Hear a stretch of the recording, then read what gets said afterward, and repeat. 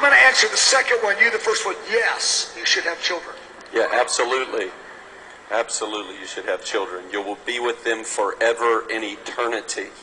Absolutely have children. Your children will probably be the main forerunners of history. Please have them. Yes. You prepare your children by building an altar in your home. You prepare. Now you need to understand this.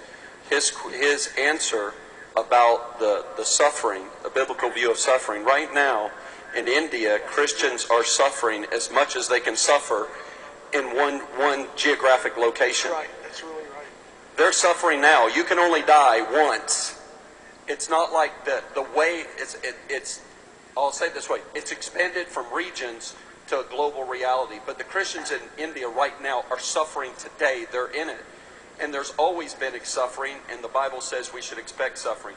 Now, with regard to children, we need to build altars in our home. We need to worship in our home. We need to pray in our home. We need to begin to take back the training of the Bible from Sunday school and from church, and we as parents need to begin to instruct our children from a young age in our home. And we need to not just rely on summer camps and different things for our children to get saved, for our children to get taught. We need to build altars. And I tell you, that's the great challenge in the Western world is, can we carve out enough from our entertainment and enough from our absorption with entertainment to actually take the time to train our children in these things. This conference would not be so foreign to our ears if our parents had actually taken us through the book and actually instructed us in the book of Revelation. But the Lord is restoring that. He's building altars in homes. I just wanted to add to that. I had the pleasure just a couple weeks ago of speaking to the IHOP mom group. And I'm not a mom, but I had the pleasure of being able to give a testimony to them. And I was just struck at what Alan is saying and what is being walked out in a measure in our community. I know we can grow more, but I just saw these moms who know what hour it is. Yeah, we got phenomenal moms. Phenomenal. I'm sorry, I had to. No, it's fine. I went in there. I really was. I was awed by the testimony after testimony and the Heart Connect and the testimonies I was hearing from them, but the reality of raising children in this time. And I just think we have this idea about the end times that somehow the continuity stops of life and we have to disengage from everything and go into an ethereal weirdo mode. But in reality, God, He instituted this reality of women bringing forth children in the end of the age. It's going to continue just like it has been, that testimony. Part of the redemptive story of God is Jesus Himself came through Mary, and He hasn't stopped that story, and it continues on. And just want to give strength to those that are doing it. Many are doing it really well here, and I've heard their testimony. It's awesome. You know, Daniel's parents, the prophet Daniel's parents, heard the word of Jeremiah the prophet that trouble's coming. And in that short window of about 15 years of Daniel's life before Babylon, the king of Babylon, Nebuchadnezzar, came in, Daniel was instructed by his parents to pray 3 times a day. And I think a simple way is begin to pray with your children. Begin to worship with your children in your home and make an altar there. And you'll be surprised what a 15-year-old who has a history of 3 times a day in prayer can do in the midst of that shaking. Wait a second.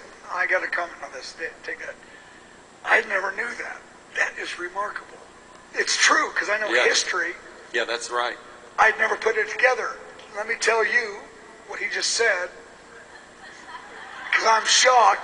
Jeremiah said, trouble's coming, Jerusalem's going to get wiped out.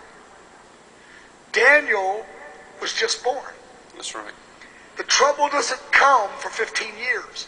I never thought that, because that's right, he was just Daniel's born. parents responded to the words of the prophet. That is mind-blowing. And they were ready. And that little guy prayed 3 times a day his whole life, but his parents taught him that, while Jeremiah said, in 10 or 20 years, trouble's coming. They taught their kid.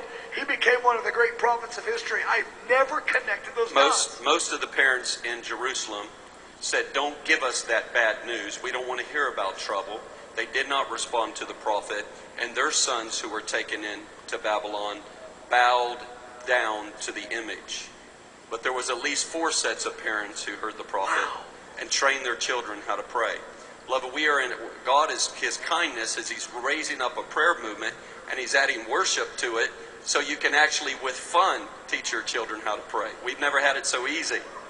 And so we need to respond to the word right now and not draw back saying, don't tell us these things. Don't give us this book. Don't tell us trouble's coming. Instead, we need to respond knowing that when we respond to God's prophetic word, He always cares for us. He always watches over us. He'll do the same for us with our children. That is going to be in my next handout. I have got it. It is mine.